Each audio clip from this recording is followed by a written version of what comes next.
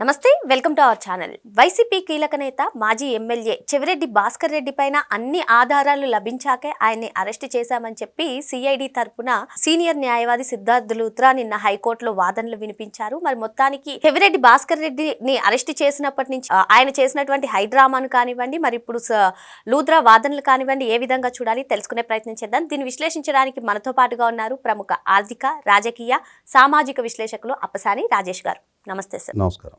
చెవిరెడ్డి భాస్కర్ రెడ్డి ఆయన అరెస్ట్ అయినప్పటి నుంచి కోర్టు ప్రాంగణంలో కానివ్వండి, జైల్లో కానివ్వండి, ఆయన సృష్టించేటువంటి హైడ్రామా, అరుపులు అన్నీ వింటూనే ఉన్నాం. కానీ హైకోర్టులో సోమవారం రోజు సిద్ధార్థ్ లూత్రా గారు వినిపించిన వాదనలు, మా దగ్గర అన్ని ఆధారాలు ఉన్న తర్వాతే ఆయన్ని అరెస్ట్ చేశాం, కేసు ఎస్టాబ్లిష్ చేసిన వెంటనే అరెస్ట్ చేయలేదు, ఆధారాలు లభించిన తర్వాతే మా దగ్గర డిజిటల్ ఎవిడెన్సెస్ ఉన్నాయి అన్నీ అని చెప్పి నిన్న ఆయన వాదనలు వినిపించారు. ఆయనకి ఎట్టి పరిస్థితుల్లో బెయిల్ ఇవ్వకూడదని కూడా చెప్పారు. మరి ఈ పరిణామాన్ని అంతటినీ కూడా ఏ విధంగా చూడాలంటారు? ఇప్పుడు వాస్తవంగా చెవిరెడ్డి భాస్కర్ రెడ్డి ఎమ్మెల్యేగా, అతని కొడుకు మోహిత్ రెడ్డి తుడా చైర్మన్గా కొనసాగారు.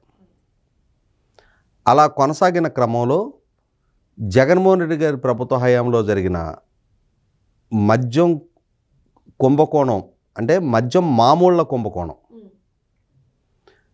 రాష్ట్ర ప్రభుత్వం బెవరేజెస్ కార్పొరేషన్ ద్వారా ఏ డిస్టిలరీస్కి ఏ పర్టికులర్ బ్రాండు ఎంత క్వాంటిటీ ఆర్డర్లు ఇస్తున్నారు అన్న సమాచారం జగన్మోహన్ రెడ్డి గారి ప్రభుత్వంలో నాడు ఐటీ అడ్వైజర్గా పనిచేసిన రాజకాశ్ రెడ్డికి బెవరేజెస్ కార్పొరేషన్ నుంచి డేటా ఎంట్రీ ఆపరేటర్ ద్వారా అధికారికంగా సమాచారం పంపించడం, అలా పంపించిన సమాచారం మేరకు ముందస్తుగా చేసుకున్న ఒప్పందాల మేరకు రాజకాశ్ రెడ్డి డిస్టిలరీ యజమానుల దగ్గర నుంచి వాళ్ళు సప్లై చేసిన క్వాంటిటీస్ బేస్ చేసుకొని వాళ్ళకి నిర్ణయించిన మామూళ్ళు, ఒక్కొక్క కేసుకి ఎంత అనేది మామూలు వాళ్ళు మాట్లాడుకున్న ప్రకారం ఆ మామూళ్ళు వసూలు చేశారు. అలా వసూలు చేసిన మామూళ్ళు ప్రతి నెల సుమారుగా 60 నుంచి 70 కోట్ల రూపాయలు. అంటే బెవరేజెస్ కార్పొరేషన్ ఏ డిస్టిలరీకి ఏ బ్రాండ్ల ఆర్డర్ ప్లేస్ చేస్తే ఆ బ్రాండ్లు వాళ్ళు సప్లై చేస్తే, ఆ సప్లై చేసిన బ్రాండ్ల తాలూకు పేమెంట్ బెవరేజెస్ కార్పొరేషన్ నుంచి ఆ డిస్టిలరీస్కి వెళ్ళగానే వాళ్ళు వివిధ మార్గాల్లో ఈ మామూళ్ళు చెల్లించారు. ఇలా చెల్లించిన మామూళ్ళు రాజకాశ్ రెడ్డి ఏర్పాటు చేసుకున్న క్యాష్ కొరియర్లు, క్యాష్ హ్యాండ్లర్ల ద్వారా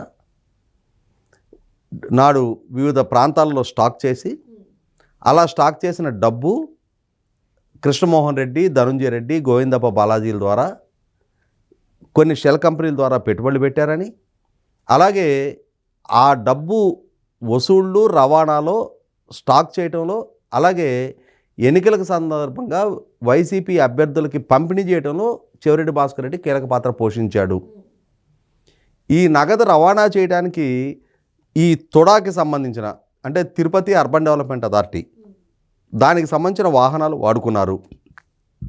అలా వాడుకున్న సందర్భంలో కూడా ఆ వాహనాలు ఎక్కడో వేరే ప్లేస్కి వెళ్ళినట్టుగా రికార్డులో చూపించారు.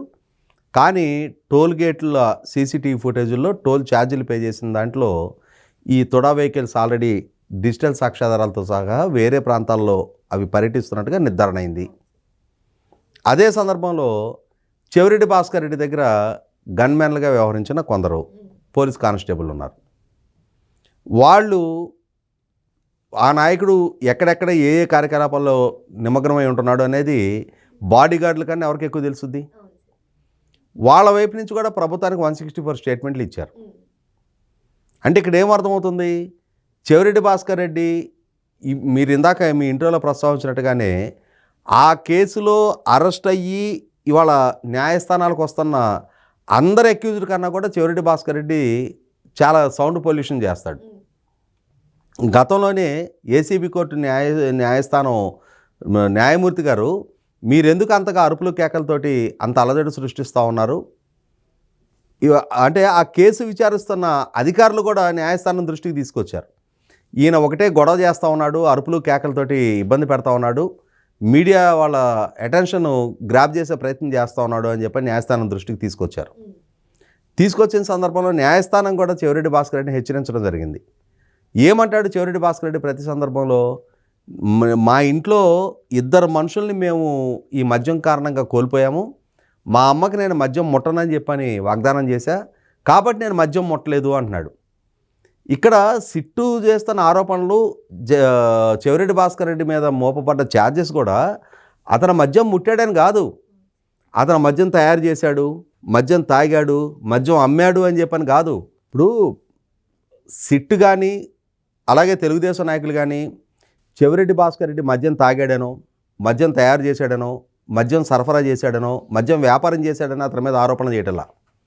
అతని మీద మోపబడ్డ ఛార్జెస్ బెవరేజెస్ కార్పొరేషన్కి డిస్టిలరీలు సరఫరా చేసిన మద్యం తాలూకా వసూళ్లు చేయబడ్డ మామూలు డబ్బు హ్యాండిల్ చేశాడు అని చెప్పని. ఆ డబ్బు వివిధ వైసీపీ అభ్యర్థులకి ఎన్నికల ఖర్చు నిమిత్తం అతను సరఫరా చేశాడు, అంటే హవాలా నెట్వర్క్ కొనసాగించాడు.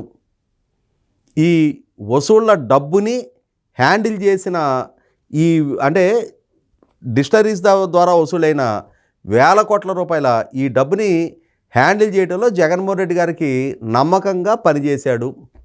ఇదే క్రమంలో ఆ డబ్బు ద్వారా అతను కూడా ఆస్తులు కొనుగోలు చేసుకున్నాడు. పైగా మనీ లాండరింగ్కి పాల్పడ్డాడు. బ్లాక్ అమౌంట్ని వైట్ అమౌంట్గా మార్చుకున్నాడు.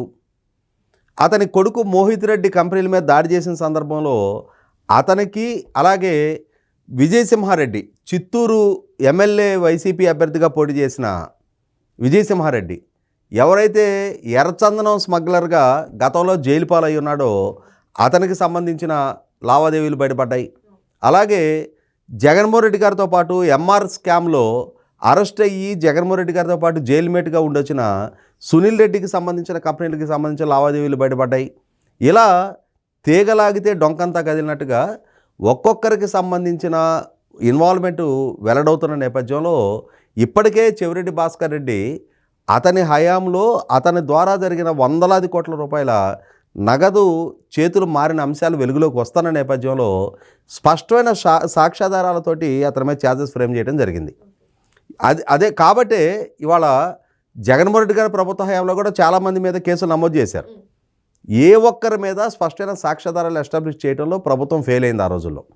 కాబట్టే వాళ్ళందరూ స్వేచ్ఛగా న్యాయస్థానం నుంచి వెలుపలికి రాగలిగారు. కానీ ఇవాళ జగన్మోహన్ రెడ్డి గారి ప్రభుత్వ హయాంలో రాబోయే 30 సంవత్సరాల పాటు మాదే అధికారం అనే ఒక బరితెగింపుతోటి బాహాటంగా స్పష్టమైన సాక్ష్యాధారాలు ఎస్టాబ్లిష్ అయ్యేలాగా వీళ్ళు చేసిన నేరాలు ఘోరాలు కళ్ళ ముందు కనిపిస్తూ ఉన్న నేపథ్యంలో ఇవాళ చెవిరెడ్డి భాస్కర్ రెడ్డి జూన్ 17 తారీఖు అతను అరెస్ట్ కావడం జరిగింది. అంటే ఇప్పటికీ 6 నెలల 2 వారాలుగా అతను జైల్లో ఉన్నాడు సుమారుగా. మరి ఇంకా అతను ఇంకెన్నాళ్ళు జైల్లో ఉండాల్సి వస్తుందో. ఇప్పటికీ అతని మీద నిర్ధారణ అయిన మనీ లాండరింగ్ ఆరోపణల మీద ఇంకా ఎన్ఫోర్స్మెంట్ డైరెక్టరేట్ ఇంకా విచారణ మొదలుపెట్టాల. ఆ దిశగా కూడా విచారణ కనుక మొదలుపెట్టితే ఎన్ఫోర్స్మెంట్ డైరెక్టరేట్ కేసులు కూడా అతని మీద నమోదైతే రాబోయే కొన్ని సంవత్సరాల పాటు అతను జైలు నుంచి బయటకు రావడానికి కూడా ఆస్కారం లేదు. కాబట్టి ఇవాళ చెవిరెడ్డి భాస్కర్ రెడ్డి స్పష్టమైన సాక్ష్యాధారాలతో తను అరెస్ట్ అయిన నేపథ్యంలో ఇవాళ చెవిరెడ్డి భాస్కర్ రెడ్డి మీద ఇన్ని ఛార్జెస్ నమోదైనప్పుడు అసలు జగన్మోహన్ రెడ్డి మీద ఇంకెన్ని ఛార్జెస్ నమోదవుతాయో అది మనమే వేచి చూడాలి. మరో అంశంతో మళ్ళీ కలుద్దాం. Thank you sir.